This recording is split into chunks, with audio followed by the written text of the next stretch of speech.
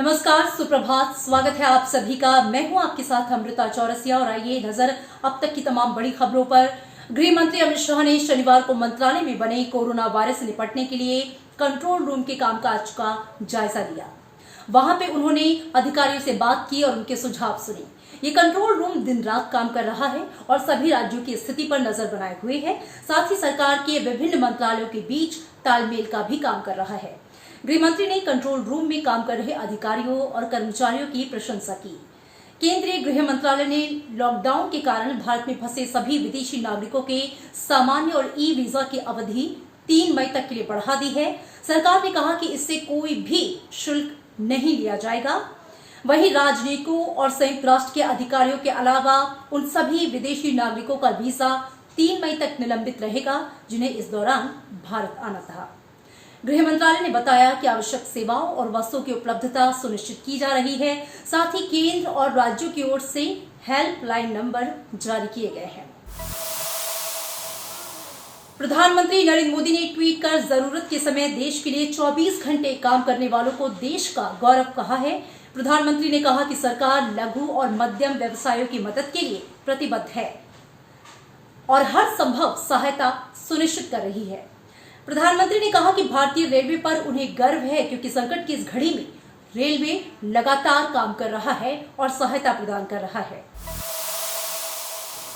केंद्रीय उद्यमिता मंत्री नितिन गडकरी ने कहा कि कोरोना से पैदा हुई विपरीत परिस्थितियों को भी अपने हित में इस्तेमाल किया जा सकता है। Young presidents organisation India, SME forum और विभिन्न क्षेत्रों के उद्यमों के प्रतिनिधियों को संबोधित करते हुए उन्होंने सुझाव दिया कि अगर वो बदले हुए हालात में नई प्रौद्योगिकी अपनाकर आयात के दूसरे विकल्पों को अपनाना शुरू कर दें तो प्रतिस्पर्धा में बने रह सकते हैं।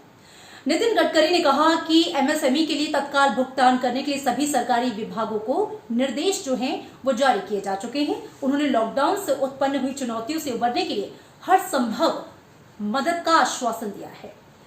देश में कोविड-19 से ठीक होने वाले लोगों की संख्या बढ़ती जा रही है। अब तक 1992 व्यक्तियों को इलाज के बाद छुट्टी दे दी गई है, जो कि कुल संक्रमितों का 13.85% है।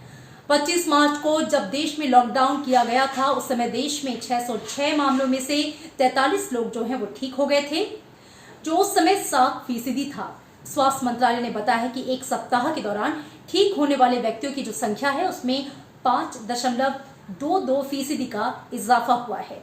फिलहाल देश में संक्रमित मरीजों की कुल संख्या यानी कि एक्टिव केसेस जो हैं वो 12,289 हैं और 2014 लोग ऐसे हैं जो कि ठीक हो गए, स्वस्थ होकर अपने घर को लौटे हैं। साथ ही 488 लोगों ने इस वायरस की चपेट में आके अपना दम तोड़ दिया।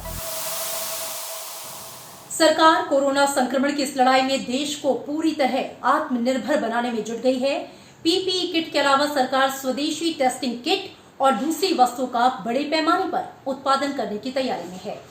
डीआरडीओ इसमें महत्वपूर्ण भूमिका निभा रहा है। डीआरडीओ ने कोरोना से लड़ने के लिए कई अहम उत्पादों को विकसित किया है। इनमें UV sanitisation box, handheld UV device, COVSACK यानी कि Covid sample collection kiosk, foot operated fumigation device, touch free sanitiser और फेस शील्ड शामिल है। डीआरडीओ ने कोविड-19 कीटाणु शोधन प्रोसेस को सक्षम बनाने के लिए ऑटोमेटिक मिस्ट आधारित सैनिटाइजर डिस्पेंसिंग यूनिट का भी विकास किया है। कोरोना संकट के इस दौर में भारतीय कंपनियों का जबरन अधिग्रहण नहीं होगा। भारत सरकार ने विदेशी निवेश से जुड़े नियमों को सख्त कर दिया है। पड़ोसी देशों से भारतीय कंपनियों में एफडीआई निवेश के लिए अब सरकार की मंजूरी लेना अनिवार्य होगा। ये फैसला उन सभी देशों के लिए लागू होगा जिनकी जमीनी सीमा भारत से लगी हुई है। भारत में उद्योग और आंतरिक व्यापार को बढ़ावा देने वाले विभाग के मुताबिक मौजूदा परिस्थितियों में अवसरवादी अधिग्रहण यानी कि कंपनियों को जबरन खरीद और अधिग्रहण पर अंकुश लगाने के लिए एफडीआई नियमों में बदलाव किया गया है। उत्तर प्रदेश सरकार ने लॉकडाउन के बाद श्रमिकों की समस्याओं को देखते हुए निजी क्षेत्र की औद्योगिक इकाइयों को अपने कर्मचारियों के वेतन भुगतान का निर्देश दिया था। सरकार ने एक बार फिर श्रमिकों की समस्याओं को जल्द सुलझाने के निर्देश दिए हैं। उत्तर प्रदेश में औद्योगिक इकाइयों में 512 करोड़ का भुगतान हो चुका है। राज्य में करीब 24 लाख श्रमिकों को 1,000 रुपए की राहत राशि का भुगतान किया जा चुका है। मुख्यमंत्री ने दूसरे लोगों को भी राहत देने के निर्देश जारी कर दिए हैं। कोरोना वायरस के खिलाफ जंग में राजधानी दिल्ली में रैपिड टेस्टिंग शुरू होगी। दिल्ली में जितने भी कंटोनमेंट जोन हैं वहां पे आज से टेस्टिंग की शुरुआत की जाएगी। दिल्ली में अब तक 42,000 रैपिड टेस्टिंग किट आ चुकी है। रैपिड टेस्टिंग किट से होने वाले टेस्ट के नतीजे जल्दी आ जाते हैं। ऐसे में कोविड-19 की वैश्विक महामारी से मुकाबला करने में इससे काफी मदद मिलेगी। मध्य प्रदेश सरकार ने कोरोना संक्रमित मरीजों का इलाज कर रहे स्वास्थ्य कर्मियों को हर महीने 10,000 रुपए सम्मान के रूप में देने का फैसला लिया है। सरकार की ओर से यह बताया गया है कि यदि कोरोना मरीजों को सेवा देने में शामिल दूसरे विभागों के कर्मचारी संक्रमित पाए गए तो उन्हें भी 10,000 रुपए की सेवा राशि दी जाएगी। राज्य में कोरोना वायरस के मामले लगातार सामने आ रहे हैं, वहीं ठीक होने वाले मरीजों की तादाद भी बढ़ रही है। तो इसी के साथ इस उम्मीद के साथ कि आप अपना ख्याल रखेंगे, सभी नियमों का पालन करेंगे। फिलहाल मिलेंगे आपसे अगले अपडेट में। दीजिए इजाजत, नमस्कार।